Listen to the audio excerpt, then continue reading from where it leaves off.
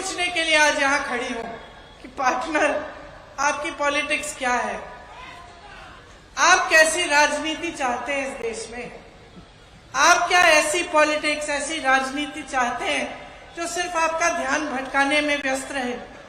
कि आप एक ऐसी पॉलिटिक्स चाहते हैं जो आपके लिए काम करे, काम करके दिखाए, जिसका मुख्यमंत्री यहाँ आके खड़ा होके दावे से कह सकता है मैं अगला चुनाव जीतूंगा क्योंकि मैंने काम किया है और मैं ये काम जारी रखूंगा।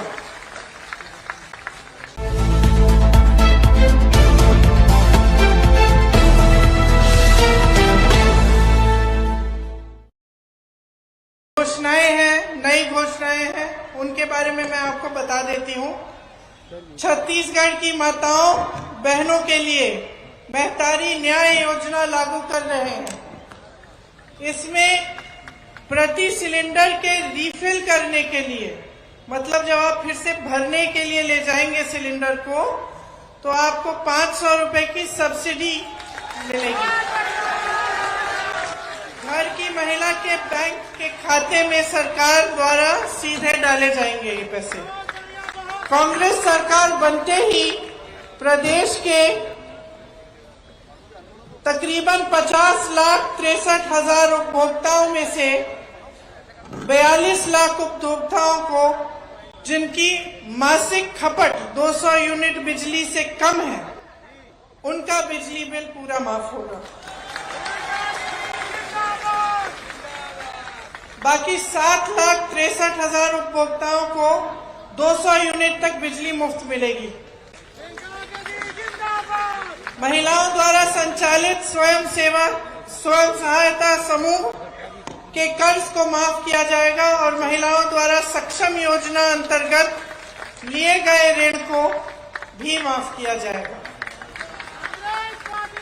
700 नए ग्रामीण औद्योगिक पार्क बनाए जाएंगे। आज तक 300 हैं, 700 नए बनाए जाएंगे ताकि इनकी कुल संख्या 1000 हो जाएगी। राज्य के सभी 6000 सरकारी हायर सेकेंडरी और हाई स्कूल को स्वामी आत्मानंद इंग्लिश और हिंदी मीडियम स्कूलों में अपग्रेड किया जाएगा। सड़क दुर्घटना और अन्य आकस्मिक दुर्घटनाओं में छत्तीसगढ़ निवासियों को निःशुल्क स्वास्थ्य सुविधा मिलेगी। परिवहन व्यवसाय से जुड़े 6000 से अधिक वाहन मालिकों के 2018 तक से 726 करोड़ राशि के बकाया मोटरयान टैक्स ब्याज के कर्ज की माफी हो जाएगी। सरकार बनते ही किसानों से तिवरा को भी एमएसपी में खरीदा जाएगा। तो ये कुछ नई घोषणाएं हैं, आशा है आपने ध्यान से सुनी। देखिए, आपको पता होगा कि महात्मा गांधी जी आजादी की लड़ाई के समय बिलासपुर आए थे। ये लड़ाई सिर्फ महात्मा गांधी जी जैसे महापुरुष और छत्तीसगढ़ के बहुत महापुरुषों ने नहीं लड़ी, इनके साथ पूरी जनता ने ये लड़ाई लड़ी। और खास तौर से मेरी बहनें बैठी हैं, बहुत सारी बहनें भी इस लड़ाई में शामिल थी और उन्होंने खास तौर से जब 1942 में जो क्विट इंडिया मूवमेंट था, जिस समय सब जितने भी पुरुष थे उनको जेल में डाल दिया गया था, उस समय देश की महिलाएं आगे आईं और ये परचम उठाया उन्होंने कि अंग्रेज जाएंगे इस देश को छोड़कर और हम आजादी पाएंगे। यहाँ छत्तीसगढ़ में जब महात्मा गांधी जी आए थे तो मैंने सुना है कि जहां से उन्होंने भाषण दिया, जहां वो बैठे थे, वहां से उन्होंने छत्तीसगढ़ की बहनों से कहा कि तुम्हारे पास जो भी है आजादी की लड़ाई के लिए उसे दे दो। अगर थोड़ा बहुत पैसा है, किसी ने जेवर दिए, किसी ने कुछ दिया, जो भी था आजादी की लड़ाई के लिए उन्होंने महात्मा गांधी जी को दिया। महात्मा गांधी जी ने उन्हें प्रेरित किया कि तुम भी लड़ो, तुम भी आगे आओ और इस देश के लिए अपना जीवन देने के लिए तैयार हो जाओ। उनके जाने के बाद मैंने सुना कि जहां वो बैठे थे, जहां से भाषण दिया था, वहां पर कुछ बहनें गई, किसी ने थोड़ी सी धूल उठा ली, किसी ने एक ईंट ले ली और घर में रख ली और उसके प्रति, उन ईंटों के प्रति, उस धूल के प्रति उन्होंने उन श्रद्धा अपनी व्यक्त की और घर में रखी। तो ये श्रद्धा क्या है जो नेता और जनता के बीच होती है? हम लोग आते हैं, आप फूलों से हमारा स्वागत करते हैं, अपनी समस्याओं को बताते हैं। ये जो भावना है ये एक तरफी भावना नहीं है। ये नहीं है कि सिर्फ आपके मन में ये श्रद्धा है, ये हमारे दिलों में भी श्रद्धा होनी चाहिए आपके लिए। मैंने खुद देखा, किसी ने इंदिरा जी की बात की, बघेल जी आपने भी कहा कि कल इंदिरा जी की पुण्यतिथि है। मुझे एक छोटी अपनी बात याद आई। मैं 12 साल की थी, उस दिन सुबह 9 बजे 8 बजे मैं स्कूल जा रही थी, तो हम लोग इकट्ठे रहते थे। दादी के पास गई, स्कूल में एक प्रतियोगिता थी, उसके लिए मैंने दादी का एक झोला रखती थी, मैंने उनका झोला मांगा। नाटक की प्रतियोगिता थी, झोला मांगा दादी से और उनको प्यार से ऐसे पकड़ के बाय बाय बोल के स्कूल चली गई। तकरीबन 2 घंटे बाद हमें स्कूल से लेने के लिए सुरक्षा कर्मी आ गए, गाड़ियों में रखा, बिठाया। काफी इतने सारे सुरक्षा कर्मी मैंने जीवन में नहीं देखे थे। अचानक हमें घर ले गए, हमें मालूम नहीं था राहुल को और मुझे कि क्या हुआ। मैं 12 साल की थी, वो 14 साल का था। घर आए, गाड़ी से उतरे तो जमीन पे खून के बड़े बड़े धब्बे थे। उस समय हमें मालूम नहीं था कि हमारी दादी का खून था जो उस मिट्टी में मिल चुका था। अंदर गए, माता पिता नहीं थे, पिताजी दौरे पे थे, बंगाल गए हुए थे। माताजी दादी को लेकर अस्पताल गई हुई थी। जब अंदर गए और पता चला कि दादी की हत्या की गई है, तो एक अजीब सा भय, अजीब सा दुख मन में जागा और ऐसे लगा कि क्या अगले दिन सुबह हो भी सकती है कि हमारी दादी, जो सिर्फ हमारी दादी नहीं थी लेकिन एक महान शख्सियत थी, क्या उनको इस तरह से कोई खत्म भी कर सकता है और इतनी हिंसा से। और अक्सर मैं सोचती हूं कि इतनी हिंसक घटना घटी हमारे साथ। हमारी दादी मां समान थी हमारे, लेकिन कैसी देशभक्ति की भावना उन्होंने हमारे दिलों में डाली होगी कि 1 सेकंड के लिए, 1 मिनट के लिए हमारी इस देश में आस्था नहीं टूटी। 7 साल बाद, और ये मैं लंबी चौड़ी बात आपको इसलिए बता रही हूं, मैं बताऊंगी क्यों। 7 साल बाद, मैं 19 साल की थी, इसी तरह की घटना मेरे पिता के साथ घटती है और मैं अपने पिता का छलनी शरीर, खून से लथपथ शरीर घर लाती हूं। फिर भी मेरी इस देश में आस्था नहीं टूटती, फिर भी देशभक्ति कम नहीं होती, बढ़ती चली जाती है। कैसी भावना होगी उन लोगों के दिल में कि हम बच्चों में उन्होंने ऐसी देशभक्ति की भावना डाल दी कि तब से लेकर अब तक ये टूट नहीं पाई। मैं इसलिए ये सारी बातें कह रही हूं क्योंकि जब हम अपनी बीती हुई पीढ़ियों की बात करते हैं, जब हम इंदिरा जी की बात करते हैं, नेहरू जी की बात करते हैं, राजीव जी की बात करते हैं, तो हमारी आलोचना करने वाले एकदम से परिवारवाद की बात उठाते हैं। मैं आपसे ये कहना चाहती हूं कि ये परिवारवाद नहीं है, ये देश के प्रति एक भक्ति है जो टूट नहीं पा रही है।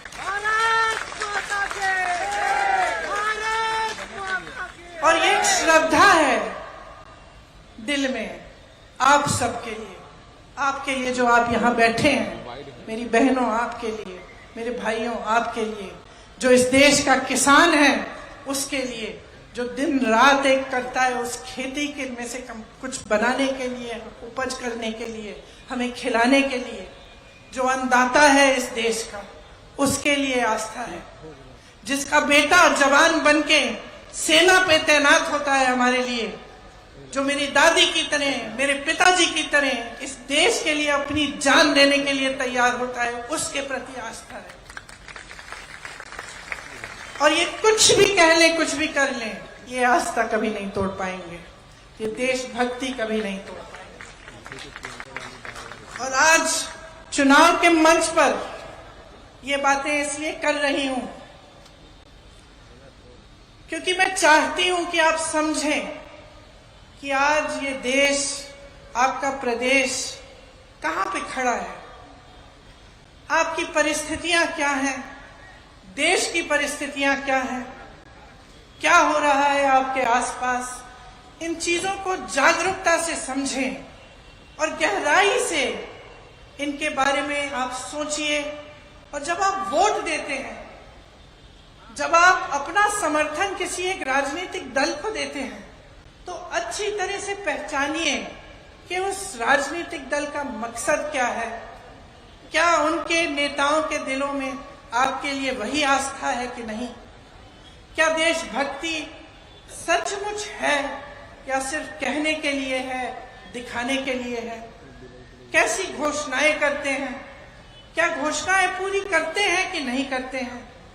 क्या इनके प्रदेशों में जहां इनकी सरकारें चल रही हैं, जहां इन्होंने बड़ी बड़ी घोषणाएं की हैं, क्या ये घोषणाएं पूरी हो रही हैं कि नहीं? ये सब चीजें मैं चाहती हूं कि आप एकदम जागरूकता से समझें, क्योंकि इससे आपका भविष्य जुड़ा हुआ है। इससे यही देश, इसी देश का भविष्य जुड़ा हुआ है, जिसके प्रति सिर्फ मेरे दिल में नहीं लेकिन आपके दिलों में भी बहुत देशभक्ति है। तो मैं चाहती हूं कि आप समझें, आप छत्तीसगढ़ में जो सरकार है, भूपेश बघेल जी मुख्यमंत्री हैं, उन्होंने किस तरह से आपके प्रदेश को केंद्र की सरकार की कुनीतियों से बचाया है और आपको बचाया है। कोरोना आया, कोविड था, देश भर में यहां भी संकट थी, जहां अन्य प्रदेशों में मदद नहीं दी गई, यहां आपको उसका सामना करने के लिए सहायता मिली। किसान भाई हैं, मैंने आपकी बात की, आप अन्नदाता हो, आप ही के बेटे इस देश की सुरक्षा करते हैं। आज अगर छत्तीसगढ़ की सरकार ने आपको राहत नहीं दी होती तो बाकी देश के किसानों की तरह आप परेशानियों से घिरे होते, मुश्किलें बढ़ती चली जाती आपके लिए। महंगाई, पेट्रोल, डीजल, खाद सब महंगा हो गया है। जब आप अपने बच्चों के लिए मेहनत करते हैं, उनके भविष्य को मजबूत बनाने के लिए मेहनत करते हैं, तो आपको सरकार से सहायता मिलनी चाहिए। यही उम्मीद रखती है जनता आज सरकारों से कि देखिए, आप ज्यादा नहीं मांगते और मांगना चाहिए। आप तो आज के दिन सिर्फ यही मांग रहे हैं कि हमारे जीवन में बहुत मुश्किलें हैं, हमें संकट है, परेशानियां हैं, इस जीवन को जीने में हमें हमारी सहायता कर दो, यही मांग रहे हैं आप। इससे कुछ ज्यादा नहीं मांग रहे हैं। ये मूल सुविधाएं हैं, पानी, सड़क, बिजली, पाठशाला, ये मूल सुविधाएं हैं, आपके हक है ये। फिर भी आप श्रद्धा पूर्वक यही मांगते हैं और कहते हैं चलिए ये दे दीजिए, हमें सुविधा मिल जाएगी, हमारे बच्चों को रोजगार दे दीजिए, हमें अपने पैरों पर खड़े होने के लिए एक मौका दीजिए। ये बड़ी बातें नहीं है, ये सरकारों के कर्तव्य होते हैं कि आपके लिए किया जाए। कोई एहसान नहीं होता आप पर। यहाँ तमाम सरकारी कर्मचारी हैं, पुलिस के भाई बहन हैं। आप क्या मांग रहे हैं? कई सालों से आपकी क्या मांग रहे हैं कि आपको पुरानी पेंशन मिल जाए। क्यों? कोई बड़ी बात नहीं है ये। आप 20 सालों से काम करते हैं, देश सेवा करते हैं, तो एक उम्मीद रखते हैं ना कि कम से कम जब हम बूढ़े हो जाएंगे तो हमें पेंशन मिलेगा, सुरक्षा मिल जाएगी। आज आपको मालूम नहीं है कि आपके पेंशन के पैसे कहाँ जा रहे हैं। कल को कुछ हो जाए मार्केट में और आपकी सारी कमाई गवा देंगे। तो ये बड़ी मांगे नहीं है, बल्कि मैं कहती हूँ इससे ज्यादा मांगना चाहिए, बहुत ज्यादा मांगना चाहिए। महिलाएं अपना हक मांगती हैं। 33% आपको पंचायतों में आरक्षण मिला, कांग्रेस की ही सरकार ने दिया। अब आप देखिए कि केंद्र सरकार की क्या ये नियत है कि आपको देंगे आरक्षण। बिल तो पास कर ली, लेकिन आप जब गहराई में जाएंगे तो आप देखेंगे कि ये जो बिल पास की है ये तो 10 सालों के लिए लागू ही नहीं हो सकती। 10 सालों के लिए आपको आपका हक मिलने नहीं वाला है। लेकिन मीडिया में बड़ी चर्चा हो रही है, पब्लिसिटी बड़ी हो रही है, इवेंटबाजी बड़ी हो रही है। तो इसी तरह से मैं कहना चाहती हूं कि जो घोषणाएं, जो आपके लिए योजनाएं सरकारें लाती हैं, जो नेता आपके मंच पे खड़े होकर आपको बताते हैं, इनकी सच्चाई को परखिए, अपना खुद का अनुभव देखिए। आप मूल के धर्म के आधार पर, जाति के आधार पर आप वोट दे देते हैं, तो आपने नेता को तो बिगाड़ दिया ना। वो तो जानता है उसे कुछ करने की जरूरत नहीं है। आपकी सड़क की मरम्मत नहीं हुई तो क्या हो गया, धर्म की बात कर लेगा, आपका वोट मिल जाएगा। आपको पानी नहीं मिल रहा है, महंगाई से राहत नहीं मिल रही है तो क्या हो गया। उसको ये नहीं लगता कि उसकी जिम्मेदारी है करने की। वो तो सोचता है कि चलो चुनाव आएगा, 2-4 खोखली घोषणाएं कर देंगे, धर्म की बात उठा लेंगे, बड़ी बड़ी बातें करेंगे और वोट मिल जाएगा, हमारी नैया पार, हमारी सरकार बन जाएगी और 5 साल मौज ही मौज। तो ये बातें आप अच्छी तरह से समझ लीजिए कि आपका प्रदेश आज जहां पहुंचा है बड़ी मुश्किल से पहुंचा है और किसी की मेहनत से पहुंचा है। आपकी मेहनत से पहुंचा है, बघेल जी की मेहनत से पहुंचा है, कांग्रेस के तमाम कार्यकर्ताओं की मेहनत से पहुंचा है। आज अगर छत्तीसगढ़ की पहचान पूरे देश में है, क्या आप सोच सकते थे कि बस्तर की रागी और मिलेट जहां वो प्रोडक्शन यूनिट डाला वो आज दुनिया की बड़ी बड़ी दुकानों में बिक रहा है। क्या आपने सोचा था कि जहां आप आवारा पशु की समस्या से जूझ रहे थे, दिन रात खेती की चौकीदारी करनी पड़ रही थी, वो इस तरह से सुलझाई जाएगी कि आप उसमें से कमा भी पाएंगे, कि गोबर को भी आपसे सरकार खरीद के उसका कुछ बना देगी। क्या आपने सोचा था कि रोजगार के मौके छत्तीसगढ़ में इतने मिल जाएंगे कि बाहर से जो पलायन करके गए थे वो वापस आकर खेती किसानी और रोजगार यहाँ पे करना चाहेंगे? क्या आपने सोचा था कि आपको एक ऐसी सरकार मिलेगी जो आपकी हर छोटी छोटी समस्या को पहचान कर उसको सुलझाने की कोशिश करेगी? मुझे नहीं लगता कि जब 5 सालों पहले हमारी सरकार बनी थी तो आप सोच सकते थे कि आपके प्रदेश की कितनी तरक्की हो सकती है। लेकिन आज ये सोच नहीं, ये आपका अनुभव है।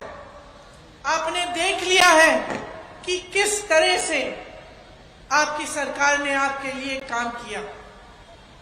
मैं आज खैरागढ़ से आई हूं। वहां के सुप्रसिद्ध कवि थे मुक्तिबोध जी, आपको नाम मालूम है? मुक्तिबोध जी कहते थे, अक्सर पूछते थे कि पार्टनर तुम्हारी पॉलिटिक्स क्या है। शायद आपने सुना होगा। और मैं यही पूछने के लिए आज यहां खड़ी हूं कि पार्टनर आपकी पॉलिटिक्स क्या है? आप कैसी राजनीति चाहते हैं इस देश में? आप क्या ऐसी पॉलिटिक्स, ऐसी राजनीति चाहते हैं जो सिर्फ आपका ध्यान भटकाने में व्यस्त रहे?